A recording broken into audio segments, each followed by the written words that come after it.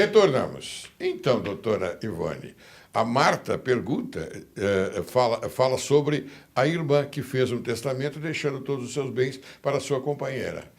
Ela tem o direito de me excluir, ela, a Marta, não é? Do testamento, da herança? E como pode incluir a parceira no testamento? E agora?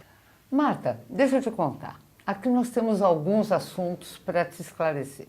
Em primeiro lugar, se a sua irmã vier a falecer, pelo que você conta, você parece que é a única herdeira da sua irmã. Mas a sua irmã não tendo outros herdeiros, e você sendo a única herdeira, como irmã, você não é a herdeira necessária. Aí você vai me perguntar, mas o que é herdeira necessária? O que é herdeiro necessário? A lei, nossa lei, Código Civil, diz que herdeiro necessário, obrigatoriamente, são os, primeiro, descendentes, os filhos, na falta dos filhos, os netos, na falta dos netos, os bisnetos. Em seguida, se você não tem os descendentes na família, você pode verificar se você tem os ascendentes. É a sequência. Quem são os ascendentes? São os pais, na falta dos pais, os avós, e na falta dos avós, até os bisavós, se tiver algum bisavô vivo. Sempre um na falta do outro. E o cônjuge. Muito bem, estes são os herdeiros necessários. Para estes herdeiros necessários, a lei diz que você precisa deixar pelo menos 50% daquilo que você tem do seu patrimônio. Tá certo? Muito bem.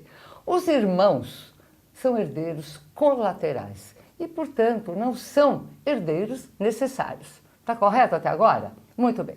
Significa o seguinte, se a sua irmã deseja deixar tudo para a companheira, ela pode. Aí você pergunta, mas como? Se o casamento ou a relação homossexual não é garantida pela lei. Aí eu lhe digo, não, espera um pouquinho, ela já é garantida pela lei, pelo menos o Supremo Tribunal Federal, há 2 anos atrás, confirmou que uma relação entre 2 homens ou entre 2 mulheres está legalizada. É possível, não está errado, pode ser, estão no direito, eles têm esse direito. E o casamento também. O casamento hoje está, eu não diria legalizado, a palavra não é esta, mas ele se torna possível. Você não precisa ingressar com uma ação judicial para solicitar a possibilidade de casamento entre pessoas do mesmo sexo. Portanto, e de toda forma, se a sua irmã quiser deixar, portanto, para a companheira ela pode. É a vontade dela, É a vontade. Se ela quiser, como ela não tem herdeiros necessários, ela podia inclusive deixar tudo para você. Se ela não fizesse nenhum testamento, tudo iria para você, claro, porque você é herdeira seguinte. Suponhamos que vocês fossem 3, 4 irmãos. Ela podia deixar até para um só. Ou não fazer nada e todos ganhariam a sua parte. Mas, como é um ato de vontade e ela tem esse direito, no caso dela, ela pode deixar 100% para quem ela quiser. Satisfeita? Muito bem. Vamos seguir adiante. Márcio Correia, de Porto Alegre, pergunta: não tenho esposa nem filhos e gostaria de fazer um testamento deixando minha irmã como única herdeira. Olha, agora é o caso contrário. Tenho também um irmão, mas nós cortamos relações faz tempo e eu não quero deixar nada para ele. Quero saber se posso fazer isso ou se a lei me obriga a deixar alguma coisa para o meu irmão. Olha, que coisa, uma pergunta atrás da outra que... Para você ver quantos casos conexão. nós temos, exatamente, quantos casos nós temos assim. Então, é a mesma coisa, Márcio, que eu havia acabado de falar. Nesse seu caso é a mesma coisa. Se o seu irmão, sua irmã, enfim, não quiser deixar nada para você, o que vai acontecer? Vai ter que fazer um testamento. Agora, se tiver herdeiros necessários, repito, descendentes, na falta deles, ascendentes ou cônjuge, não há possibilidade de você deixar mais do que 50%, que é aquilo que nós chamamos de parte disponível. Então, os 50% de quem tem herdeiros necessários, você pode fazer e testar da forma como você quiser. No caso de quem tem um irmão ou uma irmã, não há necessidade, você tem possibilidade de deixar 100% para quem você quiser. Ou, repito, Sim. não fazer testamento nenhum. E aí, os herdeiros seguintes, Claro. no caso, os colaterais, os irmãos. Deixa eu lembrar até vocês. Depois dos irmãos, no caso da linha colateral, vem os tios, sobrinhos e, por final, os primos chamados comumente de primos de primeiro grau. Tá? Muito bem, ótimo. Satisfeito? Pergunta de Isabela Souza, do Rio de Janeiro. Olha só. Quando o testamento de meu marido foi aberto, levei um grande choque. Descobri que ele havia deixado parte de seus bens para a amante. Fomos casados pelo regime da comunhão universal de bens e sempre trabalhei duro ao lado dele para construir o nosso patrimônio. Já a amante, é claro, nunca fez nada, mas ganhou muitos presentes quando ele estava vivo. Posso anular esse testamento? O que ele está deixando para ela é meu também. Olha aí, que pergunta. Olha, Isabela, eu Interessante, entendo, né? é interessante, mas às vezes as coisas não são exatamente como, infelizmente, essa pergunta que você me faz. Em primeiro lugar, a amante, primeiro nós não sabemos se você continuava casada ou se você estava separada de fato, sem ter um divórcio, sem ter uma separação judicial, enfim, sem ter se separado formalmente. Então, essa é a primeira questão que nós, advogados, fazemos. Então, não sei a sua situação. Mas, se ele fez um testamento e destina para alguém ou para algumas pessoas algumas coisas, essa prova deste concubinato, que nós chamamos a amante de um homem casado, é a concubina e é o concubinato impuro. Esse concubinato impuro você precisa provar. Agora, não podemos confundir se você estava separada e se o seu ex-marido estava no concubinato puro, que hoje nem se dá mais quase esse nome, usa-se, na verdade, o Código Civil está aí, a Constituição, inclusive, se refere à união estável. Então, muitas mulheres, elas ficam muito magoadas, mas não admitem a interferência ou a existência de uma outra mulher, da terceira mulher, enfim, da outra, então, e elas continuam chamando de amante. Só que hoje as coisas se modificaram, já faz bastante tempo, e até o Código Civil, ele já manifesta que a união estável entre um homem e uma mulher acontece, existe a guarida da lei, e você anular um testamento baseado nesta possibilidade, eu acredito que seja um pouco difícil, mas, evidentemente, dependendo do caso, eu diria que é possível e, bem orientada, com um bom advogado, você pode vir a fazer aquilo que você acha mais importante, tá bom? Ótimo. Entendeu, Isabela? As coisas às vezes não é como a gente pensa. E outra coisa, classificar essa pessoa a quem ele deixou os bens, pode ser que não seja uma amante, pode ser que seja uma pessoa com desideratos diferentes, não sei, alguma coisa desse sentido. Bem, vamos prosseguir. Laura Campos, de São Paulo, pergunta: meu companheiro morreu e eu descobri que ele deixou um testamento que determina que todos os seus bens devem ficar com irmãos. Acontece que vivemos juntos por mais de 20 anos. Eu o ajudei a comprar tudo o que ele possuía. É possível invalidar esse testamento? Claro, veja, Laura, eu repito, essas questões, eu estou dando mais ou menos uma ideia daquilo que pode acontecer. Dentro daquilo que você conta, se realmente você esteve numa união estável, ajudou a comprar, acredito, você inclusive não precisa provar que você estava com dinheiro e comprou, não é essa a necessidade. Mas se aquilo que foi comprado durante o tempo da união estável, primeiro ela precisa ser reconhecida, tá? Sendo reconhecida, você terá direito. Se ele fez um testamento e não deixou nada para você, deixou tudo para os irmãos, evidentemente, com estas provas, este testamento poderá ser anulado. Claro que se estes bens que o seu ex-companheiro destinou aos seus irmãos, na realidade, eles se mostraram não pertencentes a vocês e você não sabia que provavelmente eram bens que ele tinha antes de ter este relacionamento com você e vendeu para fazer novas compras, fazer outros arranjos, isto terá que ser provado. E sendo provado, aí não, você realmente não teria direito. E se provar o contrário, evidentemente você terá direito àquilo que lhe pertence. É interessante essa pergunta, porque, na minha visão, me parece que ela terá que provar que realmente houve uma união estável em juízo, não é verdade? Primeiramente, o reconhecimento.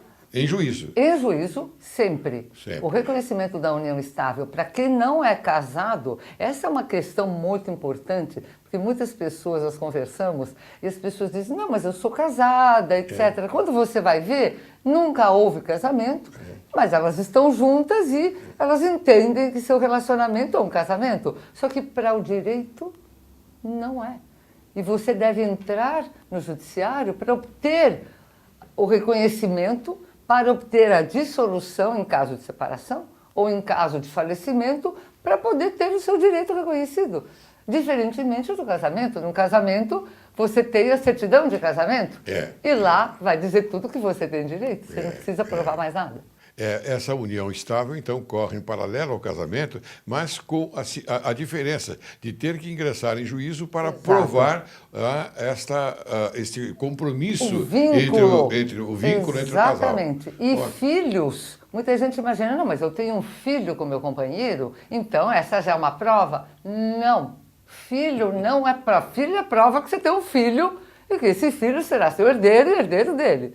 Mas não é prova de reconhecimento de união estável. Que coisa, né? Tá. A gente pode conversar sobre isso uma outra vez. Não, é lógico. Vamos seguir adiante, porque tem uma pergunta interessante também, que é do Miguel Andrade, de Santa Catarina.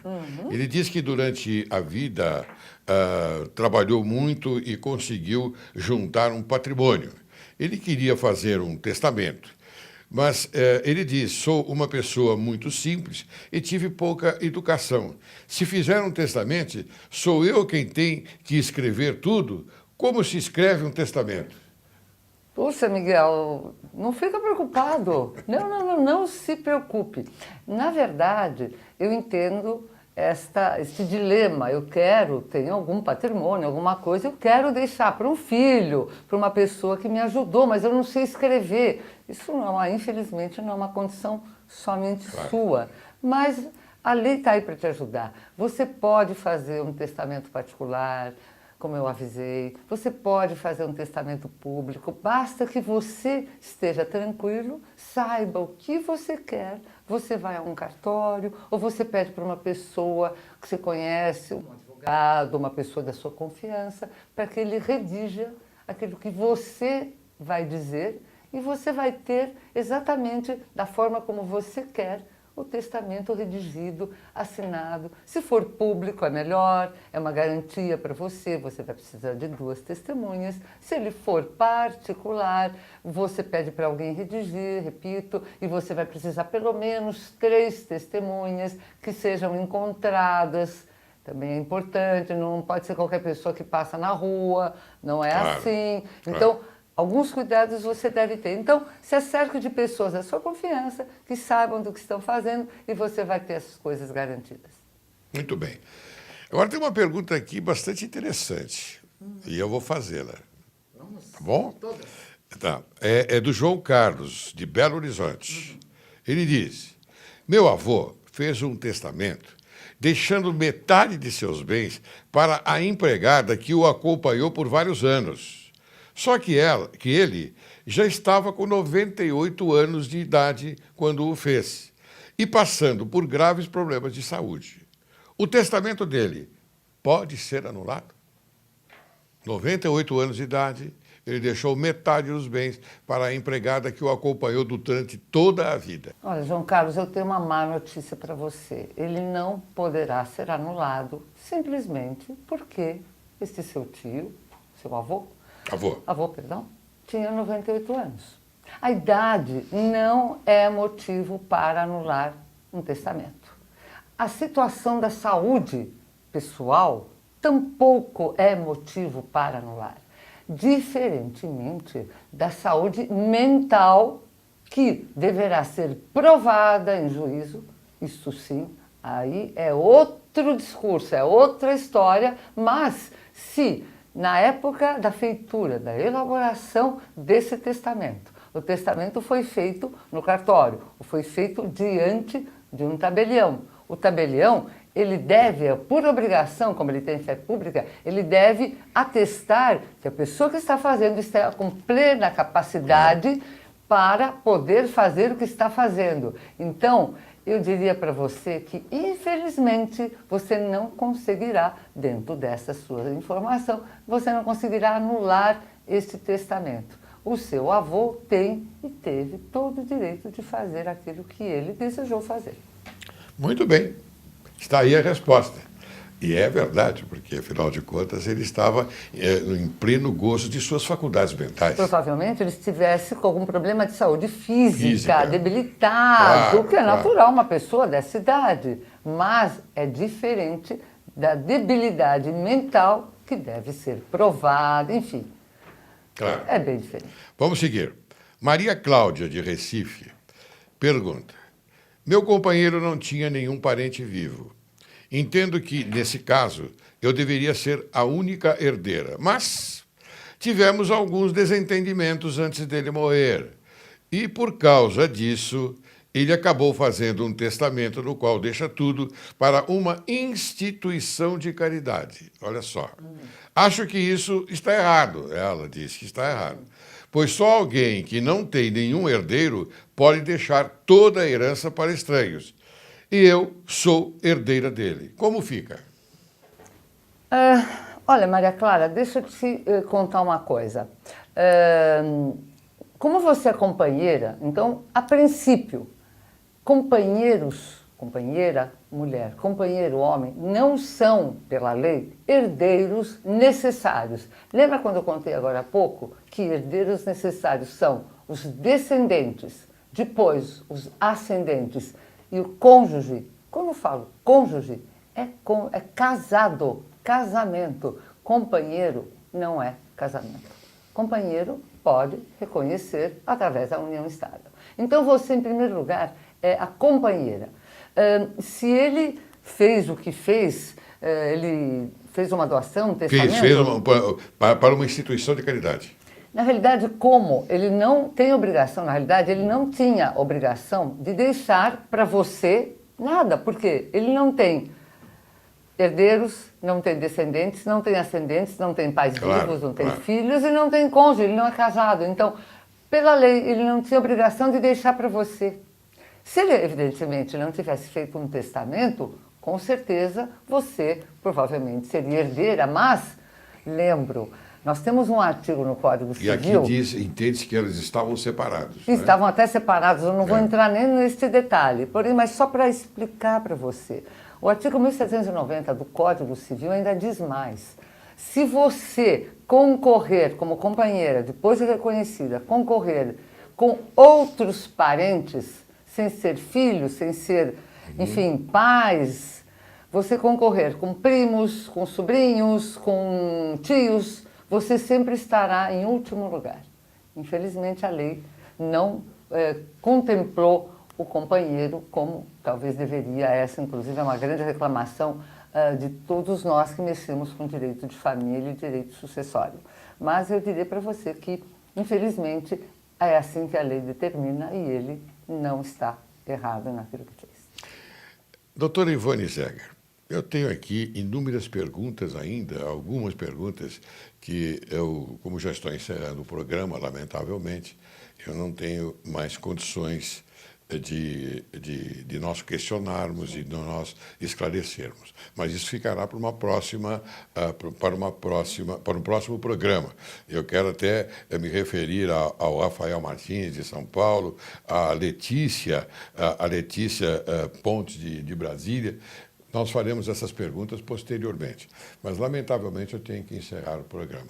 Antes, eu queria dizer que a doutora Ivone Zeger, ela é autora dos livros Herança, Perguntas e Respostas e Perguntas e Família, Perguntas e Respostas. São esses dois livros aqui que vocês já devem conhecer, não é? Porque nós sempre apresentamos, não é, estas obras para vocês que podem adquirir para facilitar mais o entendimento sobre aqueles palavrões jurídicos. Não é?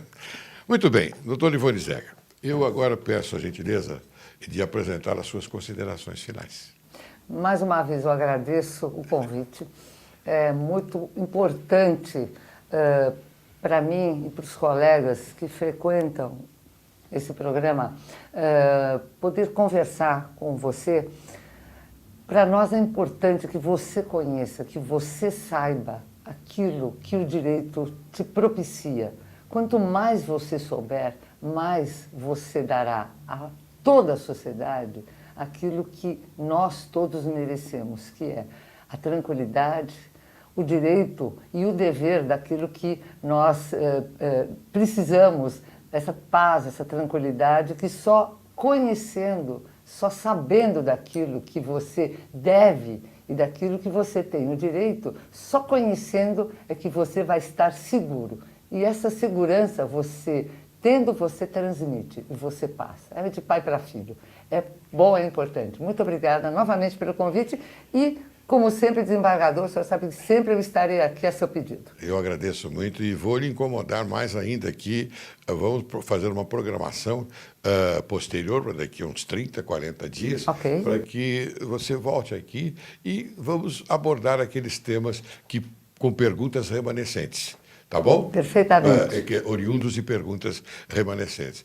Eu quero agradecer muito a sua presença e sei que é produtivo porque o telespectador aproveita bastante. Porque esses casos são corriqueiros na família brasileira, não é? E tenho certeza absoluta que tirarão proveito das suas colocações, não é? E dos seus ensinamentos. Como eu também agradeço porque sempre aprendo com você, minha querida doutora advogada Ivone Zeger. Muito obrigado.